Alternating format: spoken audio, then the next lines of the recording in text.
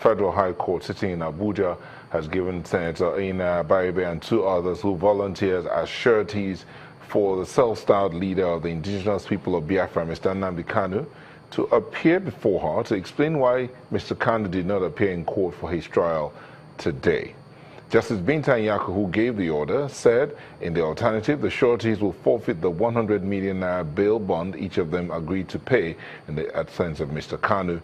Earlier in the trial, the prosecutor, Mr. Suleiman Labran, had informed the court that Mr. Kanu, who has violated all his bail conditions, also failed to appear in court, and as a result of that, the court should revoke his bail and compel him to appear before the court, or, in the alternative, ask his sureties to forfeit or produce him in court.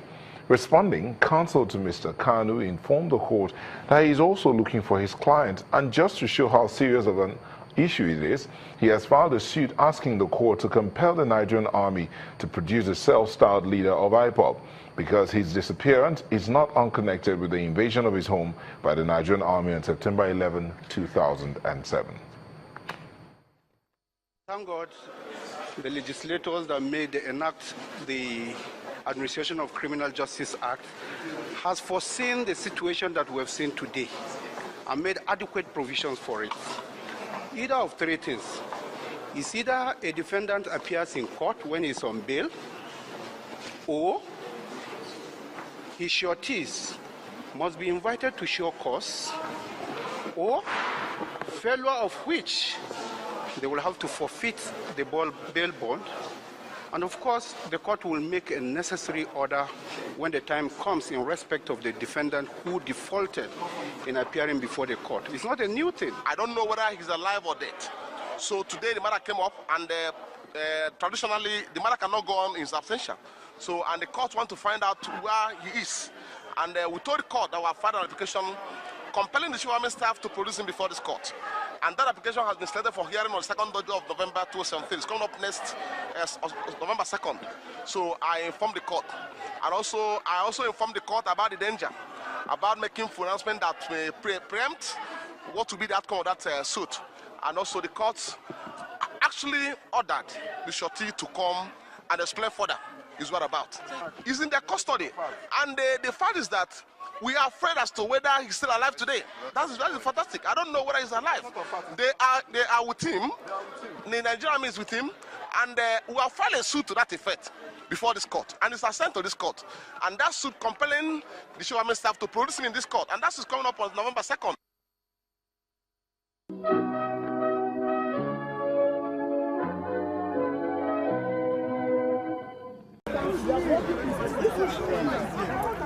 Are you appearing in the matter? Are you appearing in the matter? Excuse me. Are you pushing me? I'm not pushing you. You are pushing me. Don't take it easy. Your reaction on the Bring your mics down. Bring the mics down. The matter came up for... Chalo Ogabiko, bring your mics down. Thank you very much. The matter came up from hearing, as you are aware. The matter, he was a grandfather of the 5th of April 2017. And on a conditions, part of which we are challenging before this court of appeal. So, they cannot die in prison. No detention for 1 year. They cannot one person detention for almost 1 year until now. They not to bring him to us. He has family. He has children that is training in school. The children are not in school since 1 year until now. 4 kids like that. And if I'm telling me sorry, I need his dead body. Let me go and bury him where? Let me go and bury him where? Yes. The children want to see they want to know. The home in Umuahia. I'm not there. I'm not there. Okay.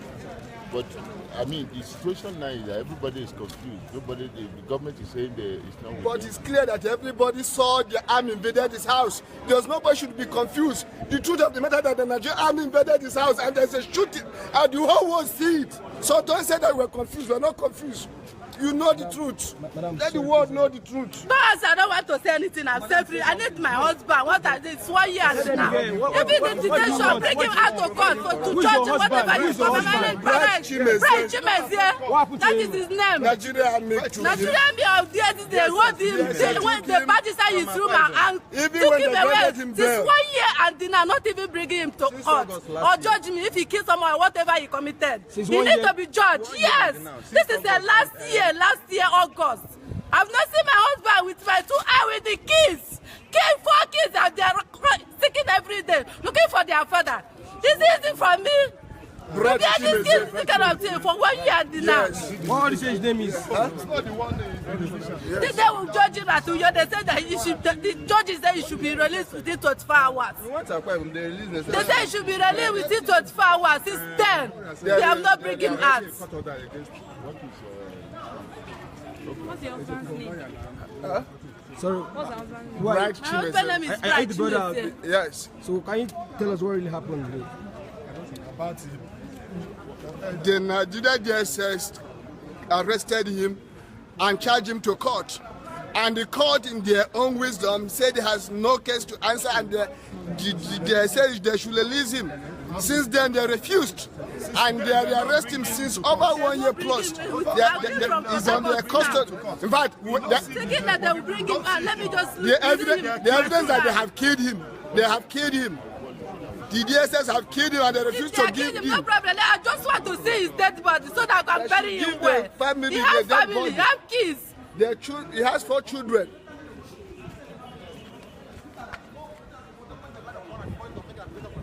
So, and there's no basis in law whatsoever and fact under why that application should be granted based on those evidence, those documents.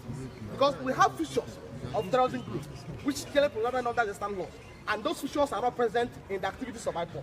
So we are coming back here on 23rd of November to argue that motion. So October to argue that motion. Thank you very much. I wanted to withdraw his lawyer, his counsel's case. Where's the other guy? Counsel to. Let's stand together so that then maybe the Honourable Minister will speak after I've spoken. Well, I am here to show complete solidarity with a friend and brother that I met and that I got to know very, very well. I refuse to accept the allegations that are leveled against him. I refuse to believe that he's a terrorist. I don't believe that. He has never killed anybody. He has never threatened the existence of the Nigerian state. He has simply expressed a view for self-determination, which I think is the right of every Nigerian. Whether we agree with that view or not, he has the right to state it. What concerns me and why I came here today was simply because it's very clear to me that something must have happened to him. If it is that he's in the custody of the military, then they should let us know and then they should produce him. And of course, if he's alive, they should produce him hale and hearty. If he's not alive, they should at least let us have his body if he's not alive.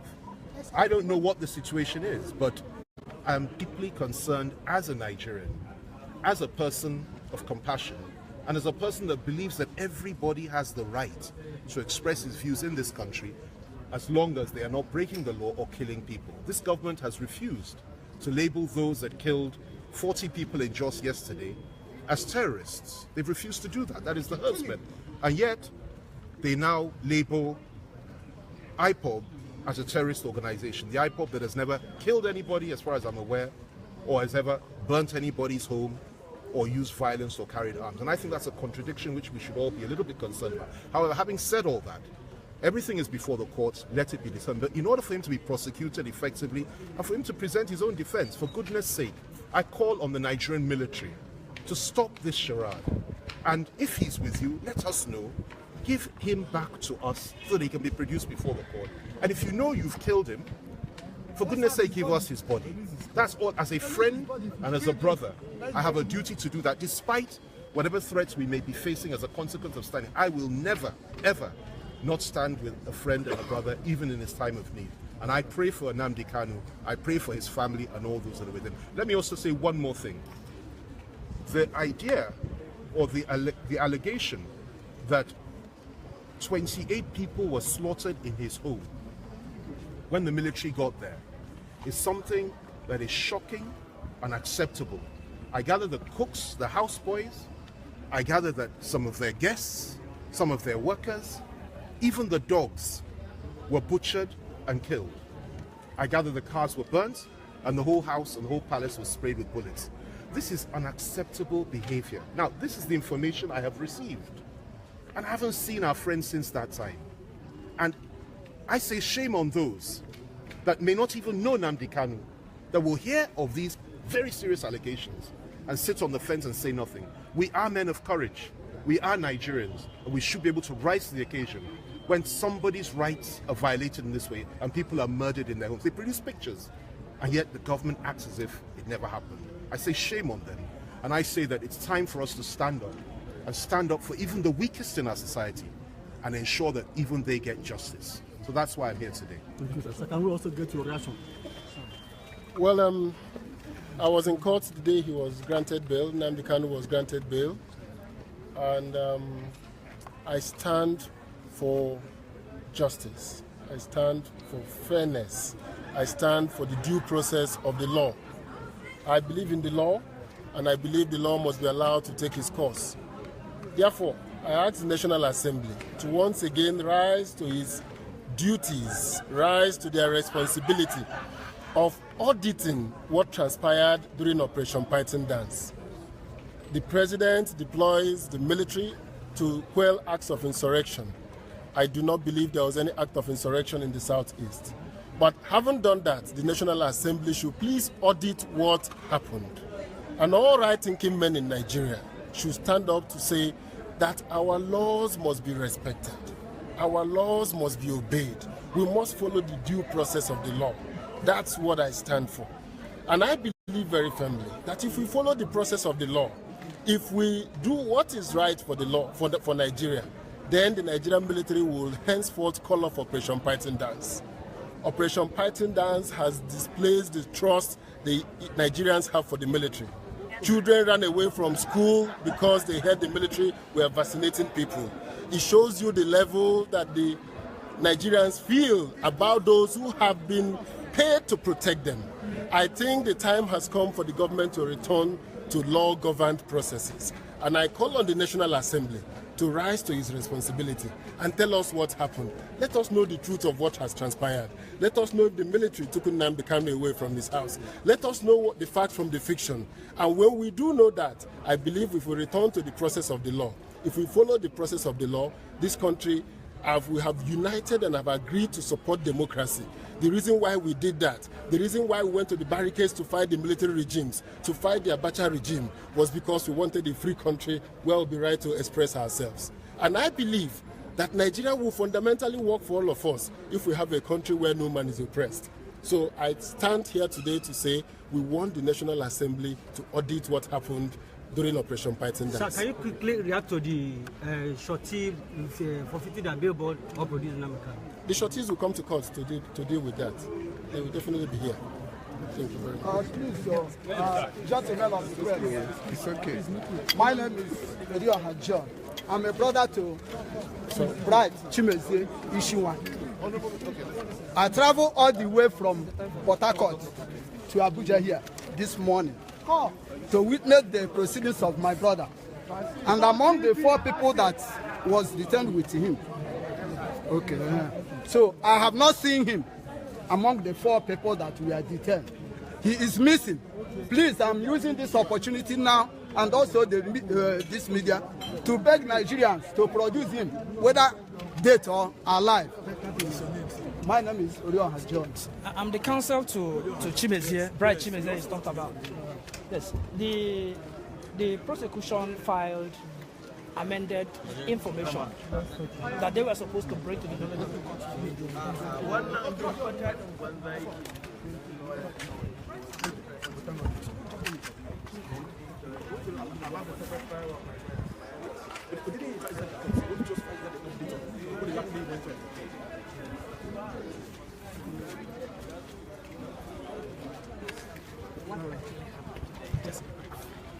Well, actually, the matter is supposed to be coming up here today.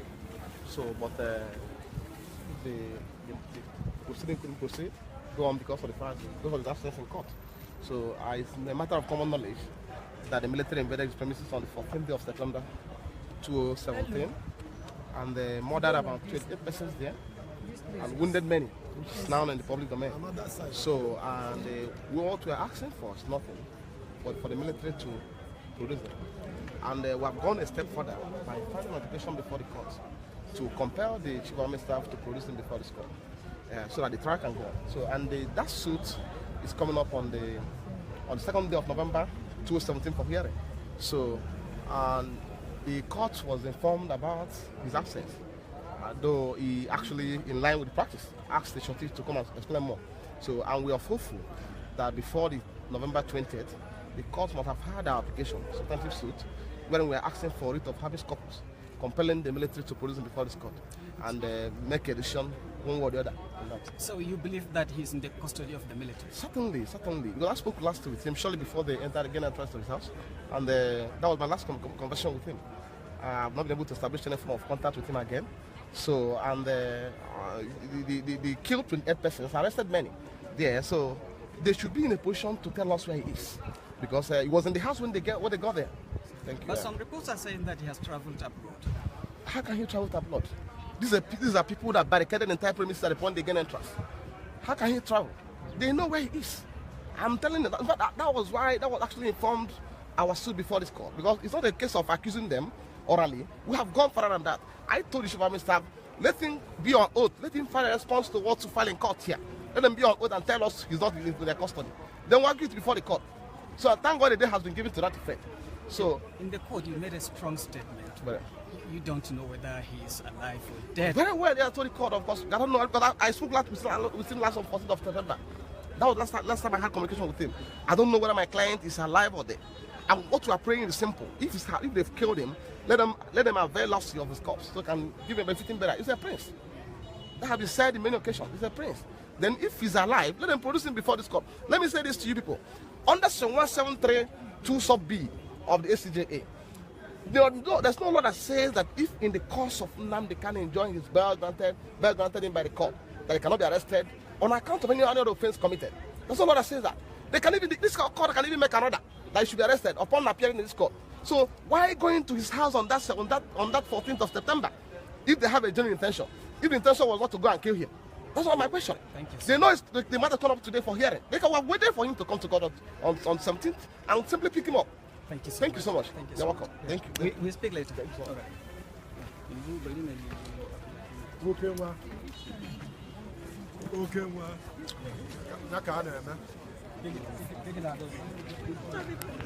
Can I pass? I'm in an Ijaw community. I won't tell you the name of the Ijaw community. You see the flood. You see the community covered by the flood. This is the Ijaw community, oil producing area. And see the flood? See the flood covering all the land, you can see. Last time I spoke about individuals. I called Timi Alaibi, I called Timi Silva, I called Tinubu, and a lot of people have been inboxing me saying, why do you like to disparage our people, insult our people? I did not disparage our people or insult them, but if you belong to a group, an association, a political party, an organization, and the people who are in that same organization do not accord you the same level of acceptance and respect, and you do not have equal stake in that organization, then you have no business being in that organization. In an organization where you are treated as 5 percenters as against other people who are 75 percenters, where the leader of the organization is telling you that you belong to the other place, that you do not actually belong to the mainstream of your party, then you have no business being in the party. While the others protect, while people like El Rufai, people like Buhari protect their own, and Tinubu, Osibajo, Timi Alaibi, Timi Silva, Rochas or Korasha cannot protect their own, then you should be ashamed of yourself that you belong to that sort of organization or political party or an association where you are not treated as equal. So all those who have been inboxing me that why are you disparaging our people, why are you calling them names, etc., etc. This is really, really, really, really, really unfortunate. It is really, really crazy. It is really, really shameful. This is the John River. This is where we come from. This is where the oil comes from that makes Abuja. This is where the oil comes from that builds Abuja, that builds Lagos. Look at it. And today, Buhari can boldly tell the world all the mango, guru, tribalism, sectionalism is doing. It's not enough. It can go to world organization, global organization, international organization like the World Bank and IMF, and tell them not to bring any development here. You should be ashamed of yourself. As people who profess to be leaders of this place, you should be ashamed of yourself. Our governors should be ashamed of themselves. Our political elites and leaders should be ashamed of themselves. That this is the government. Go back with fraud. Why? Because leaders are not given the right leadership. That you cannot stand up and look eyeball to eyeball to Buhari and say, you don't own this country, you are flesh and blood like us, and we're going to stand up to you. You ought to do that. As long as you are not doing that, you do not represent the people, and you have to be ashamed of yourself. If you are not ashamed of yourself, we are going to talk shame into you. Shame on you that you cannot stand for your people. If it is your family, your children that have been threatened, that have been treated inferior to other people, will you not stand up and protect your family? Will you not protect your father and mother, but you will not protect the John nation? You will not protect the Igbo nation. You should be ashamed of yourself. Shame, shame, shame, shame.